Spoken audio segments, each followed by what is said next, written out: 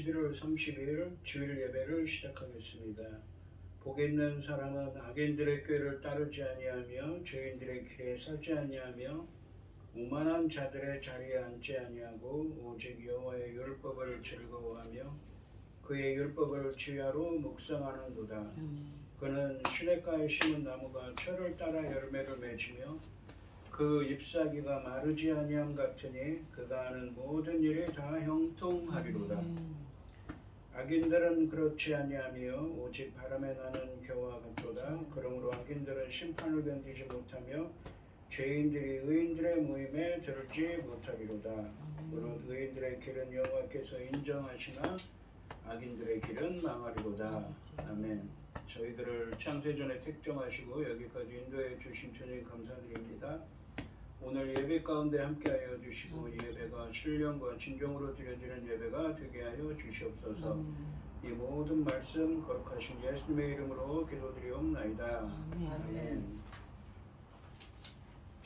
찬송가 23장입니다. 만입이 내게 있으면 그 입 다 가지고 내 구주 주신 종을 늘 찬송하겠네.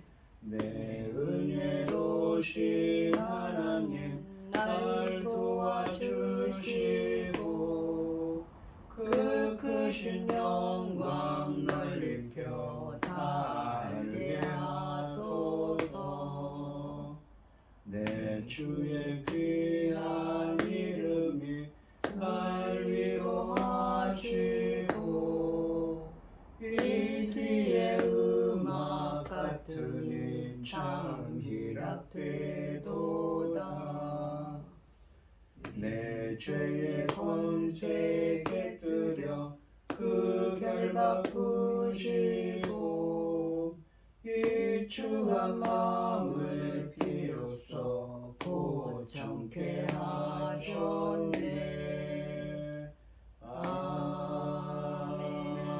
아멘. 사도신경 하심으로 신앙 고백하시겠습니다. 전능하사 천지를 만드신 하나님 아버지를 내가 믿사오며 그의 아들 우리의 주 예수 그리스도를 믿사오니 이는 성령으로 잉태하사 동정녀 마리아에게 나시고 본디오 빌라도에게 고난을 받으사 십자가에 못 박혀 죽으시고 장사한 지 사흘 만에 죽은 자 가운데서 다시 살아나시며 하늘에 오르사 전능하신 하나님 우편에 앉아 계시다가 저리로서 산자와 죽은 자를 심판하러 오시리라. 성령을 믿사오며 거룩한 공회와 성도가 서로 교통하는 것과 죄를 사하여 주시는 것과 몸이 다시 사는 것과 영원히 사는 것을 믿사옵나이다. 아멘.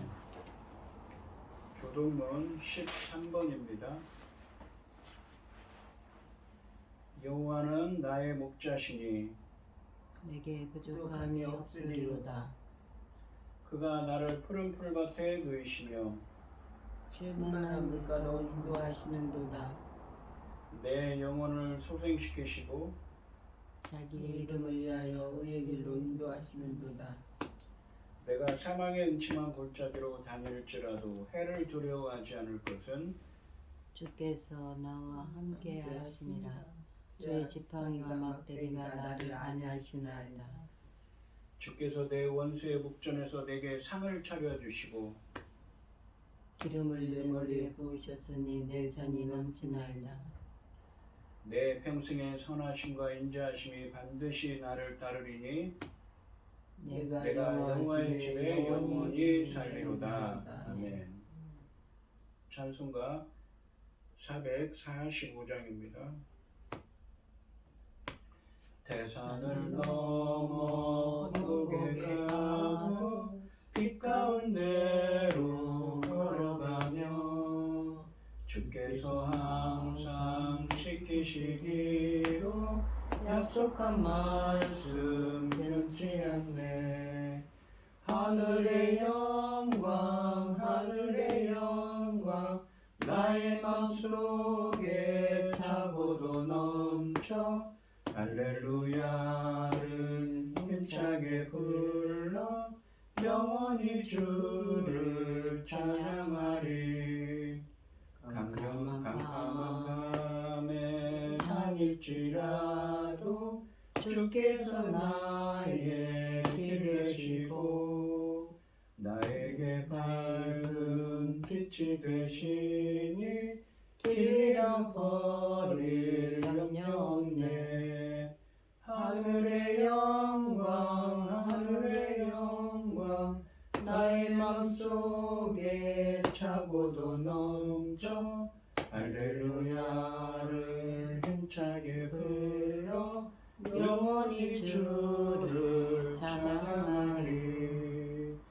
광명한 그 빛 마음의 바다 찬란한 천국 바라보고 할렐루야를 힘차게 불러 날마다 빛에 걸어가리. 하늘의 영광 하늘의 영광 나의 맘속에 차고도 넘쳐 할렐루야를 힘차게 불러 영원히 주를 찬양하리. 아멘. 아멘. 기도하겠습니다. 온 땅이여 여호와께 즐거운 찬송을 부를지어다. 기쁨으로 여호와를 섬기며 노래하면서 그 앞에 나갈지어다.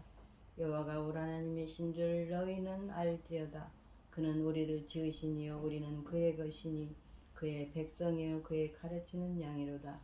감사함으로 그의 문에 들어가며 찬송함으로 그의 궁정에 들어가서 그에게 감사하여 그의 이름을 송축할지어다. 여호와는 선하시니 그의 인자하심이 영원하고 그 성실하심이 대대에 이르리로다. 아멘. 천지 만물을 지으신 전능하신 하나님 아버지, 어리석고 보잘것없는 저희를 자녀 삼으시고 아버지 그 크신 사랑 가운데 살아가게 하심을 참으로 감사드립니다. 아멘. 전능하신 하나님 아버지, 저희 나라 대한민국을 기억하여 주시고 긍휼을 베푸시고 아버지 하나님의 뜻대로 인도하여 주시옵소서. 전능하신 하나님 아버지, 온 세상은 아버지 어지럽고 복잡하고 혼란스럽고 이곳저곳에 큰 사고 작은 사고 너무 많이 일어나고 있습니다. 아버지 하나님 저희 나라 대한민국을 기억하여 주시고 긍휼을 베풀어 주셔서 절대로 전쟁으로부터 막아주시고 절대로 아버지 모든 재난으로부터 지켜주셔서 우리 하나님께서 우리 대한민국을 지키고 계신 것을 만천하여 증거될 수 있도록 지켜주시옵소서. 전능하신 하나님 아버지, 저희는 아버지 하나님 앞에 어리석고 보잘것없고 아버지 너무너무 너무너무 부족합니다. 그러나 아버지 하나님께서는 전능하시기 때문에 반드시 지켜주실 줄을 믿습니다. 아버지 하나님 중대한 말씀 열매 거둘 중대한 시대에 말씀을 들고선 당신의 사랑하는 종의 이 말씀으로 말미암아 아버지께서 기뻐 받으실 열매들이 넉넉히 나올 수 있기를 간절히 소원하옵고 이 모든 말씀 억만 죄악 가운데서 우리를 구원하여 주신 예수 그리스도 이름으로 기도드리옵나이다. 아멘. 아멘. 아멘. 오늘 함께 하실 하나님의 말씀은 마태복음 14장 22절에서 36절까지 말씀입니다. 마태복음 14장 22절에서 36절까지 말씀입니다. 교독을 하겠습니다. 제가 먼저 읽겠습니다. 예수께서 즉시 제자들을 재촉하사 자기가 무리를 보내는 동안에 배를 타고 앞서 건너편으로 가게 하시고 우리를 보내심에 기도하러 따로 산에 올라가시니라. 저물 때 우리 저기 혼자 계시더니 배가 이미 육지에서 술이나 떠나서 바람이 거스름으로 물결로 말미암아 고난을 당하더라. 밤 사경에 예수께서 바다 위로 걸어서 제자들에게 오시니 제자들이 그가 바다 위로 걸어오심을 보고 놀라 유령이라 하며 두려워하며 소리 지르거늘 예수께서 즉시 이르시되 안심하라 나니 두려워하지 말라.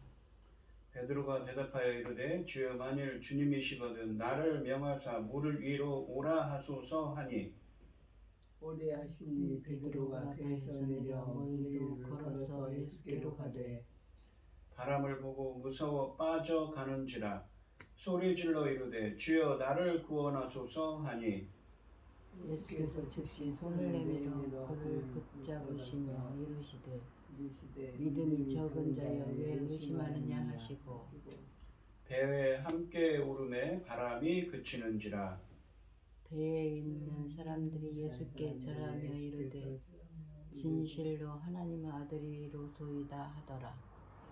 그들이 건너가 게네사렛 땅에 이르니 그곳 사람들이 예수인 줄 알고 그 근방에 둘을 통제하여 모든 병든 자를 예수께 데려와서 다만 예수의 옷자락이라도 손을 대게 하시기를 간구하니 손을 대는 자는 다 나음을 얻으니라.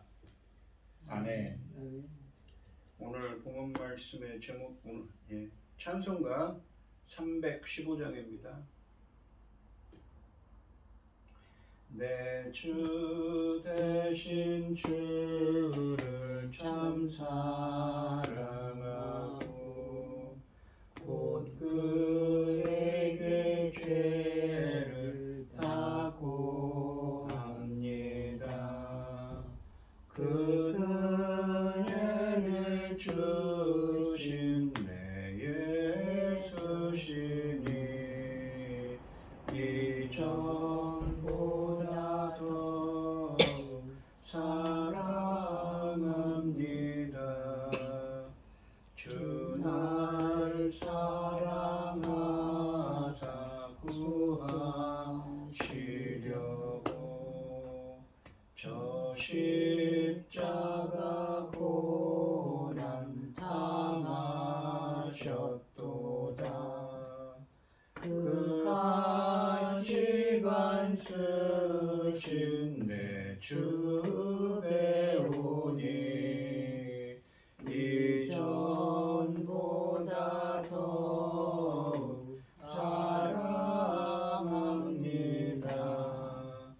내 평생에 힘쓸 그 의무는 주 예수의 덕을 늘 기림이라. 숨질 때까지 내 할 말씀은 이전보다 더욱 사랑합니다. 그 영광의 나라 나 들어가서 그 풍성한 은혜 늘 감사하리. 열렬 유관 쓰고 나 찬송할 말 이전보다 더욱 사랑합니다. 아멘. 오늘 본문 말씀의 제목은 진실로 하나님의 아들입니다. 오늘 본문 말씀에 보시면 예수님께서는 이 풍랑을 만난 제자들을 찾아와 구원하시고 또 제자들은 이에 비로소 예수님을 하나님의 아들이라고 부릅니다. 22절 말씀에 보시면 예수께서 즉시 제자들을 재촉하사 자기가 무리를 보내는 동안에 배를 타고 앞서 건너편으로 가게 하시고 라고 되어 있습니다. 예수님은 제자들에게 예수님이 무리를 보내는 동안 배를 타고 속히 앞서 건너편으로 가라고 하십니다.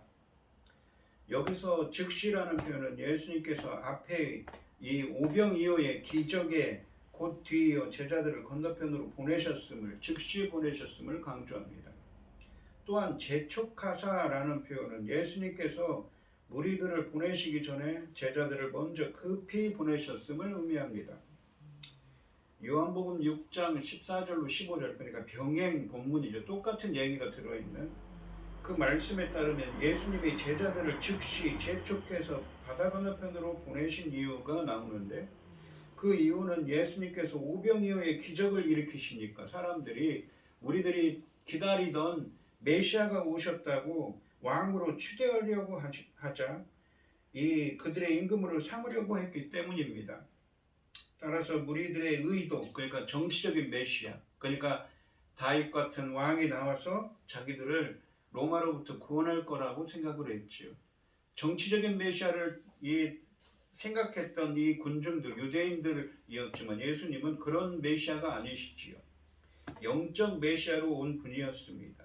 그래서 예수님께서는 서둘러 제자들을 보내신 것입니다. 앞서 건너편으로 가게 하셨다라는 표현은 예수님께서 제자들을 뒤쫓아 가실 것임을 또한 시사하는 표현입니다. 23절 말씀해 보시면 무리를 보내신 후에 기도하러 따로 산에 올라가시니라. 저물매 거기에 혼자 가시더니. 그래서 이 제자들을 먼저 보내시고, 이 재촉해서 보내시고, 그리고 무리를 보내셨습니다. 제자들이 배를 타고 떠나자 예수님은 무리들을 보내셨습니다. 무리를 보내신 후에 예수님은 홀로 기도하기 위해 산에 올라가셨습니다. 24절 말씀해 보시면 배가 이미 육지에서 수울이나 떠나서 바람이 거스름으로 물결로 말미암아 고난을 당하니라 라고 되어 있습니다.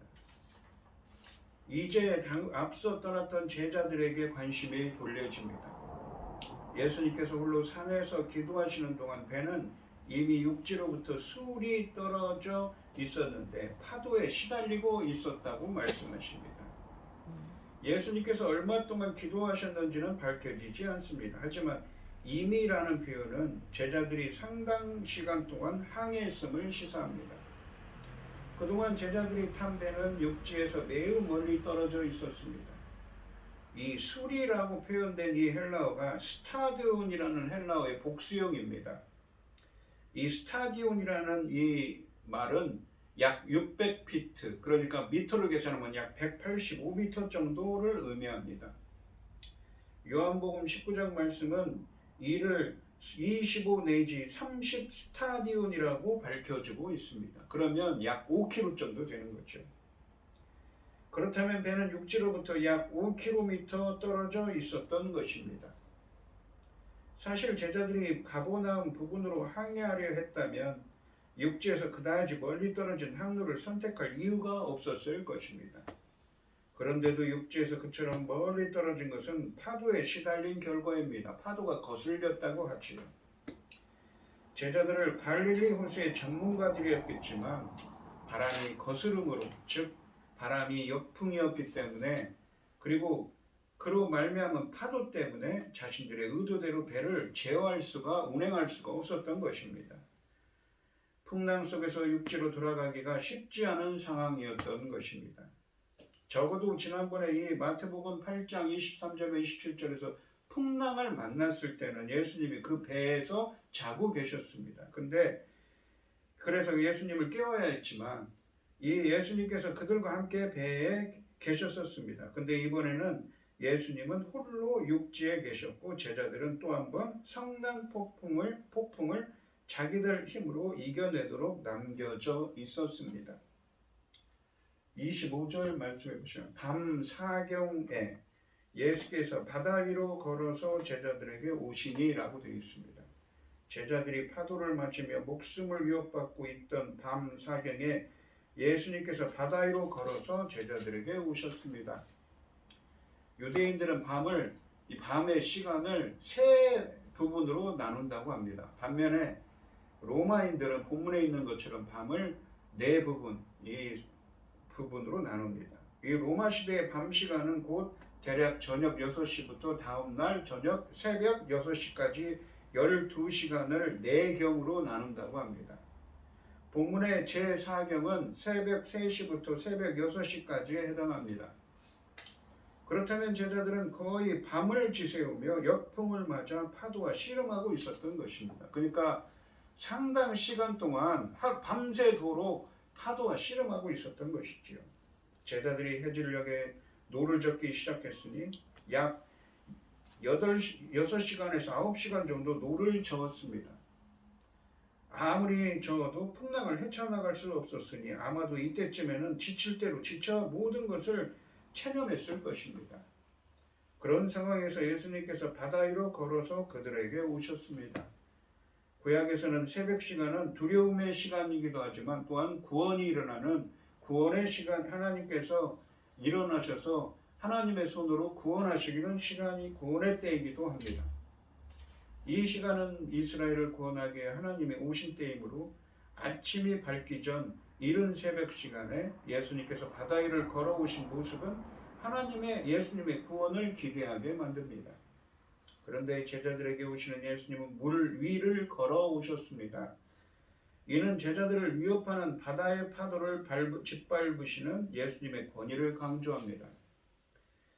이 마태복음 8장에서 광풍을 꾸짖으신 장면에서 보았고 또한 마태복음 14장 32절에서는 일어날 사건처럼 구약에서 바다를 잠잠하게 하시는 하나님은 물 위 또는 바다를 걸으시고 지나가는 모습으로 나타났습니다. 하나님이 바다 위를 걸으시거나 파도를 짓밟으시는 모습은 하나님이 창조 세계를 뒤흔드는 세계를 제압하시는 분임을 상징합니다. 그러므로 하나님께서 바다를 걷는 모습은 바다를 지배하는 하나님의 권능을 갖고 계심을 나타내며 바다를 걸어오시는 목적은 제자들을 구출하기 위함입니다. 제자들의 힘으로는 바다의 파도를 극복할 수 없고 오직 예수님만이 하나님의 권위로 이 위기에서 제자들을 구하실 수 있습니다. 26절 말씀해 보시면 제자들이 그가 바다 위로 걸어오심을 보고 놀라 유령이라 하며 무서워하여 소리 지르거늘. 그러니까 아까도 말씀드렸듯이 제4경, 그러니까 밤새도록 해질녘부터 그 다음날 새벽 3시부터 6시 사이인 밤 4경이 될 때까지, 그러니까 거의 9시간이 넘었죠. 9시간 정도 이 풍랑 때문에, 바람 때문에 거슬러서 정말 바람 때문에 노를 젓고 있었기 때문에, 밤새도록 젓고 있었기 때문에 기진맥진했을 것입니다. 그런데 그런 가운데 예수님이 물 위로 걸어오시니까 그들 눈에는 유령으로 보였던 것이지요. 밤이 지나도록 역풍을 맞아 파도와 씨름하느라 온몸이 젖고 춥고 지친 상태에서 이런 현상을 목격했다면 누구라도 그들과 같은 반응을 보였을 것입니다. 게다가 유대인들에게 바다는 악한 영들의 거처로 간주되고 있었기 때문에 물 위를 걷는 존재를 보고서 유령이라고 오인한 것입니다. 아마도 제자들은 예수님을 물에 빠져 죽은 자의 유령 내지는 바다에 사는 악령으로 착각한 것 같습니다. 그러니 그들은 무서워 소리 지를 수밖에 없었던 것입니다. 27절 말씀해 보시면 예수께서 즉시 이르시되 안심하라 나니 두려워하지 말라라고 하십니다. 이 즉시라는 말이 또 나옵니다.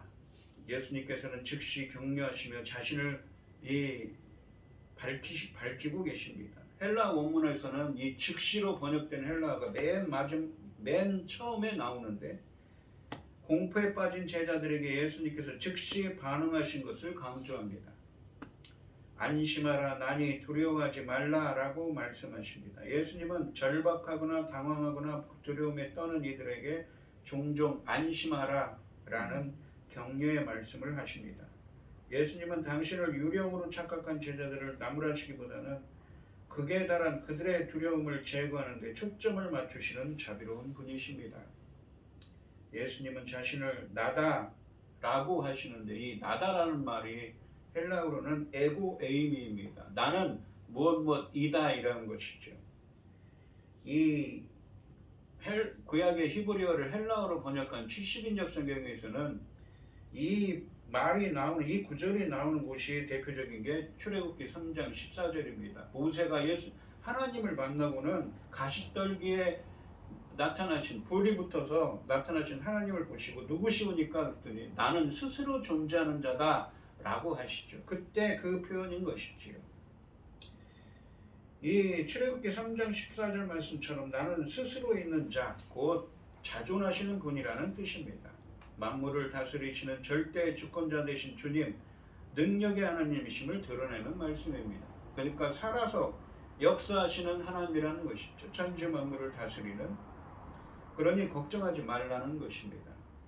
세상 풍패로 인한 시험과 환난에 빠진 우리를 끝까지 붙들어 주실 분도 오직 주님뿐이십니다. 예수님은 이미 앞에서 수많은 사람들을 초자연적인 이적으로 먹이셨는데 오병이어의 기적이 있었죠. 이제 바다 위로 걸어오시면서 자신의 정체를 계시함으로써 자연을 완벽하게 다스리시는 전능하신 하나님으로서의 정체성을 드러내고 계십니다. 28절 말씀해 보시면 베드로가 대답하여 이르되 주여 만일 주님이시거든 나를 명하사 물 위로 오라 하소서 하니 라고 되어 있습니다. 베드로는 주여 만일 주님이시거든 자신을 명령해서 물 위로 오도록 해달라고 간구합니다. 베드로는 신적 권위로 무리를 걷고 에고에이미 나는 누구다 라고 나는 스스로 있는 자다 라는 말씀을 사용한 예수님에 대한 반응으로 주라는 칭호를 사용합니다. 마태복음에서 믿지 않는 사람들은 주라고 부르지 않습니다. 이 주라고 부르지 않고 보통 선생이라고 부르죠. 뒤에서 제자들이 예수님을 하나님의 아들로 고백한 것처럼 예수님에 대한 제자들의 인식도 실제 예수님의 정체에 근접해 가고 있습니다. 29절 말씀해 보시면 오라 하시니 베드로가 배에서 내려 물 위로 걸어서 예수께로 가되 오라고 하시니까 베드로가 물 위를 걸어서 예수님께 갔습니다. 이 사실은 베드로의 간청과 그의 행동이 믿음의 결과라는 점을 확인해 주고 있습니다. 30절 말씀해 보시면 바람을 보고 무서워 빠져가는지라 소리질러 이르되 주여 나를 구원하소서 하니. 그러니까 처음에는 믿음으로 걸어갔는데 바람이 그 풍랑이 엄청나게 세게 부르니까 갑자기 두려워졌던 것이지요. 그래서 그는 빠져갔습니다. 그래서 구해달라고 이 하나님께 소리질렀습니다. 무리를 걸어가던 베드로는 강한 바람에 직면했고 그로 말미암아 두려움에 사로잡혔습니다. 그의 마음은 믿음보다 환경의 위협에 더 영향을 받았던 것입니다. 그 결과 그는 가라앉기 시작했습니다. 주님께 대한 믿음이 사라진 자리에는 인간의 능력만 남을 뿐인데 인간의 능력으로 무리를 걸을 수는 없으니 가라앉는 것은 당연한 결과입니다. 그러자 그는 하나님께 부르짖었습니다. 저를 구원해 주십시오. 이 부르짖음은 마태복음 8장 25절 이 제자들이 배를 타고 가다가 풍랑을 만났을 때 나온 말씀에서 예수님께서 바람과 바다를 잔잔하게 하신 기적에서도 동일하게 사용된 표현입니다. 베드로가 아무리 갈릴리 호수의 전문가라 할지라도 파도가 몰아치는 이 바다에 빠져 들어가는 상황에서 그가 할 수 있는 것은 주님께 구원해달라는 부르짖는 한마디 외에 아무것도 없었습니다.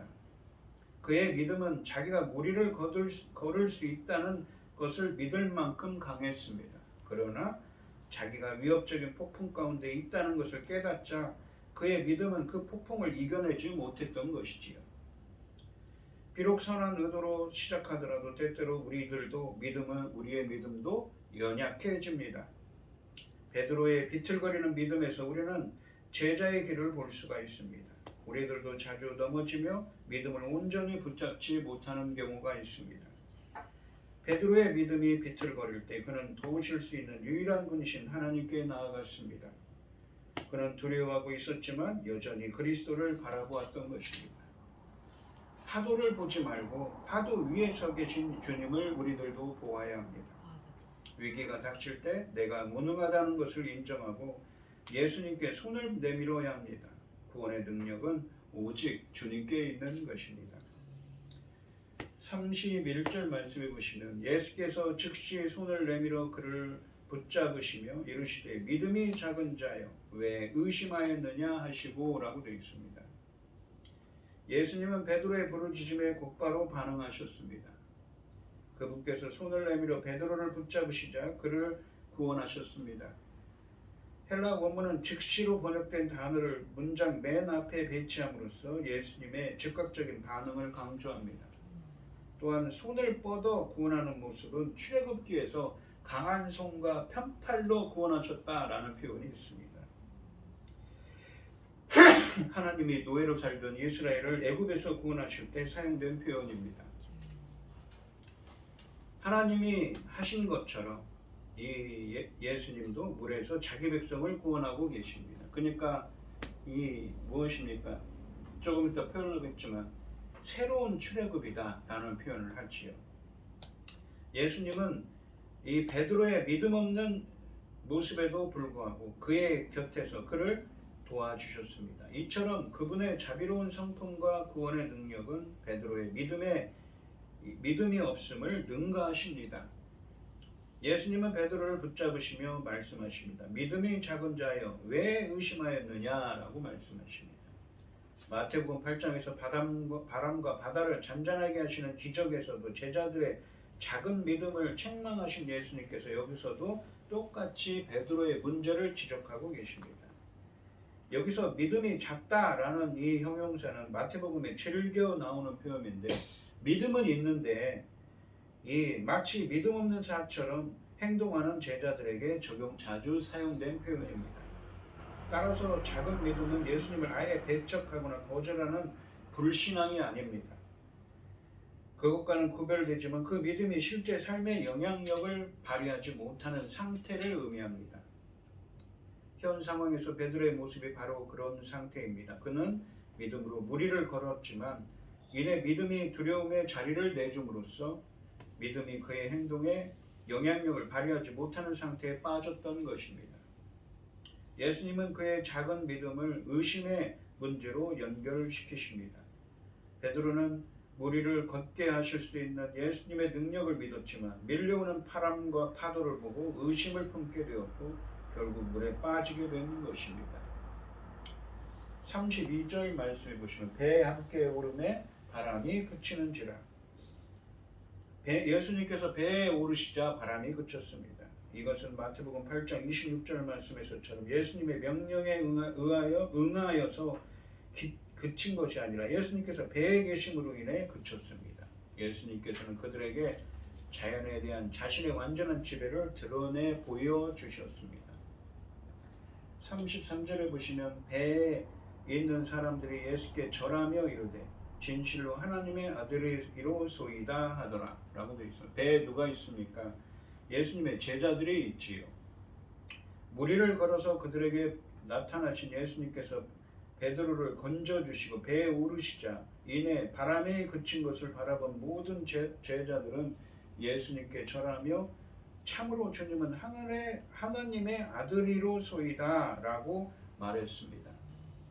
제자들의 이런 반응은 마태복음 8장 26절로 27절 말씀에서 바다를 잔잔하신 예수님께 뭐라고 그랬냐면 도대체 이분이 어떤 분이시기에 바람과 바다 가지고 그분께 순종하는가 라고 의문을 가졌습니다. 그런데 여기서는 당신은 하나님의 아들이십니다 라고 고백합니다. 전에는 이 질문을 던졌던 그들이 경배와 고백의 반응을 보이고 있는 것입니다. 예수님의 거듭되는 신적 모습에 직면한 제자들이 마침내 그분의 진정한 정체에 조금씩 접근해 가고 있음을 확인해 줍니다. 제자들이 예수님께 절하였다는 반응은 특별합니다. 마태복음에서 다른 사람들이 예수님께 절한 경우가 많습니다. 하지만 제자들이 예수님께 절한 경우는 이 경우와 함께 마태복음에서 2번 나오는데 이 경우와 함께 마태복음 28장 17절에서 예수님께서 부활하신 예수님을 만났을 때 절한 경우뿐입니다. 이는 현 상황에서 그들의 반응이 얼마나 대단한 것인지를 시사합니다. 예수님을 하나님의 아들로 고백한 것은 빌립의 가이사랴에서 있게 될 베드로의 공식적인 고백, 그러니까 주는 그리스도시요 살아계신 하나님의 아들이입니다 라는 마태복음 16장 16절 말씀을 내다보게 합니다. 34절부터 36절에 보시면 이 배에 풍랑이 치는 바다를 걸어오시는 주님, 그리고 풍랑을 잔잔하게 하시는 기적 이후에 또 병을 고치는 이적을 하십니다.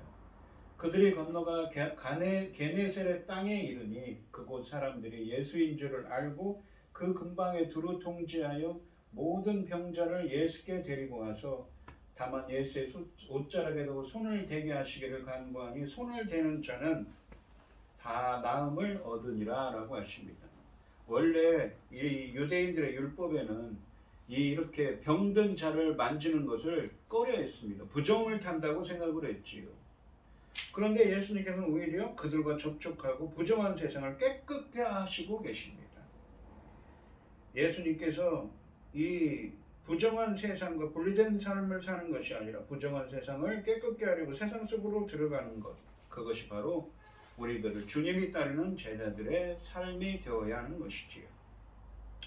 오늘 본문 말씀으로 보시면 스스로 있는 자이신 여호와께서 첫 출애굽 때 홍해 가운데 길을 내어 자기 백성을 안전하게 건너게 하셨던 것처럼 나이신 에고에이미 스스로 있는 자이신 이 예수님도 바다 위를 걸어 혼돈 가운데서 둘러싸인 제자들을 안심시키시고 안전하게 바다 건너편으로 가게 하심으로써 자신이 새 출애굽의 주권자요 하나님의 아들임을 보여주셨습니다. 베드로의 믿음은 자기가 무리를 거둘 수 있다는 것을 믿을 만큼 강했습니다. 그러나 자기가 위협적인 폭풍 가운데 있다는 것을 깨닫자 그의 믿음은 그 폭풍을 이겨내지 못했습니다. 우리가 비록 선한 의도로 일을 시작하지만 때때로 우리들도 베드로처럼 우리의 믿음이 연약해질 때가 있습니다. 베드로의 비틀거리는 믿음에서 우리는 제자의 길을 보아야 합니다. 우리들도 자주 넘어지며 믿음을 온전히 붙잡지 못합니다. 베드로의 믿음이 비틀거릴 때 그는 도우실 수 있는 유일한 분이 예수님께 있음을 알고 예수님께 나아갔습니다. 그는 두려워하고 있었지만 여전히 예수님을 바라봅니다. 파도를 보지 말고 파도 위에 서 계신 우리 주님을 우리들도 보아야 합니다. 온종일 일하고 밤새 파도와 맞서 싸웠지만 제자리만 맴돈 제자들처럼 고단하고 막막한 인생 항해를 우리들도 하고 있지는 않습니다. 위기가 닥칠 때 내가 무능하다고 인정하고 예수님께 손을 우리들도 내밀어야 합니다. 구원의 능력은 오직 주님께 있습니다. 안심하라 나니 두려워하지 말라라고 하시며 다가오시는 하나님의 아들을 그 시련의 한가운데서 우리들도 만나게 될 것입니다. 오늘 이 시간 성도님들도 예수 베드로처럼 주님께 도움의 손길을 구하고 구원의 주님을 만나는 은혜가 함께 하시기를 주님의 이름으로 축원드립니다. 기도하겠습니다. 하나님 아버지 감사합니다. 예수님께서는 오병이어의 기적을 하시고 재촉해서 제자들을 배에 태워 먼저 보내십니다. 그리고 홀로 기도하셨습니다. 밤을 새우고 오랜 시간이 지났습니다. 무려 그 다음날 새벽이 되었을 때까지 제자들은 풍랑이 이는 거친 파도와 싸워가며 고생하고 있었습니다. 예수님은 그것을 보시고 그들을 향해 걸어오셨습니다. 제자들은 그것을 보고 유령이라고 착각하게 됩니다. 하지만 예수님께서는 난이 바로 내가 스스로 있는 자다. 안심하거라 두려워하지 말라고 말씀하십니다. 바로 천지 만물을 주관하시는 살아서 역사하시는 하나님의 이심을 드러내신 것입니다. 베드로는 주님을 향해 믿음으로 나아갔지만 거센 풍랑과 바람을 보고 그의 믿음은 연약해졌습니다. 그래서 자신을 구원할 수 있는 분은 물에 빠져갔지만 자신을 구원할 수 있는 분은 주님밖에 없음을 알고 주님께 손을 내밉니다. 구원해달라고 부르짖 짖었습니다. 그러자 주님께서는 손을 내밀고 그를 구원해 주셨습니다. 우리들도 어려운 일을 당할 때 주님께 부르짖고 베드로처럼 주님을 만나고 주님께 구원받을 수 있는 은혜가 있게 하여 주시옵소서. 이 모든 말씀 거룩하신 예수님의 이름으로 기도드리옵나이다. 아멘. 찬송가 410장을 하시고 축도하심으로 오늘 예배를 마치겠습니다.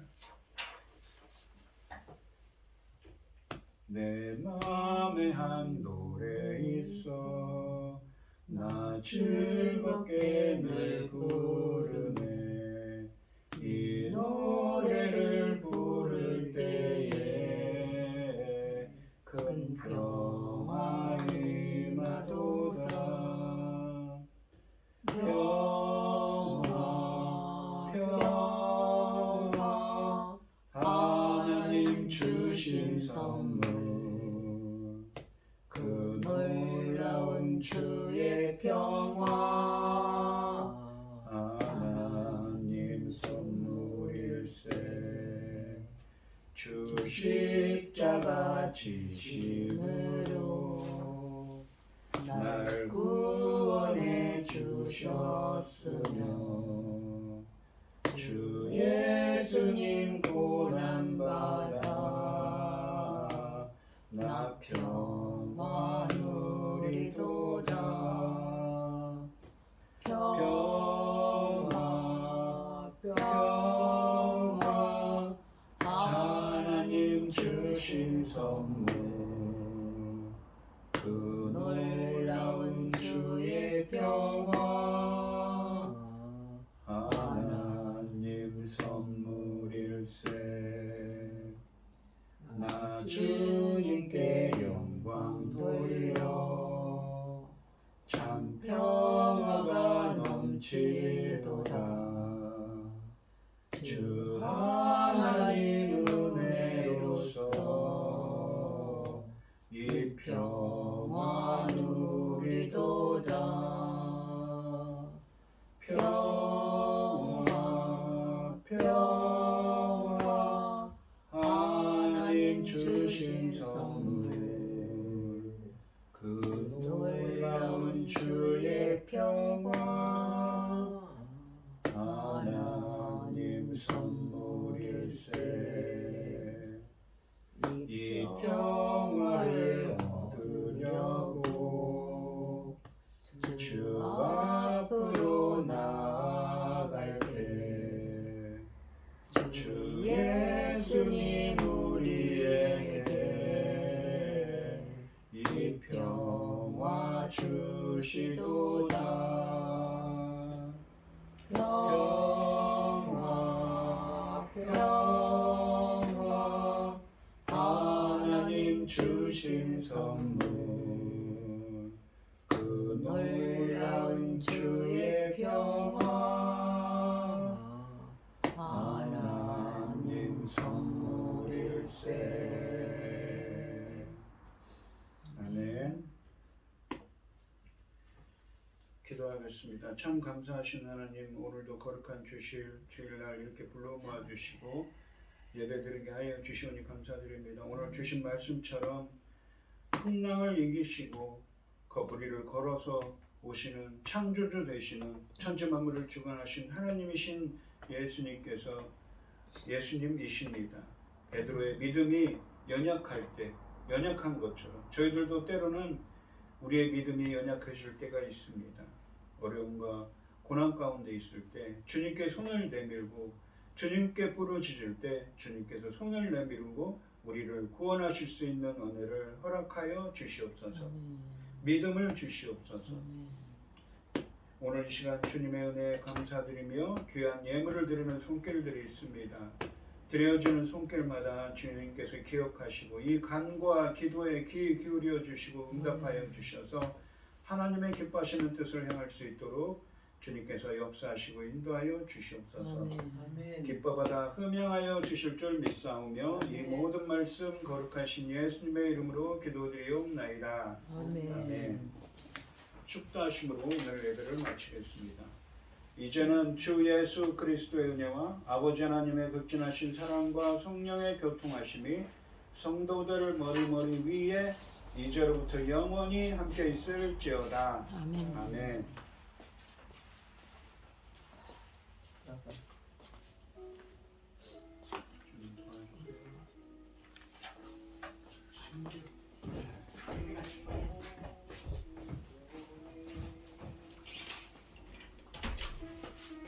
목사님 수고하셨습니다.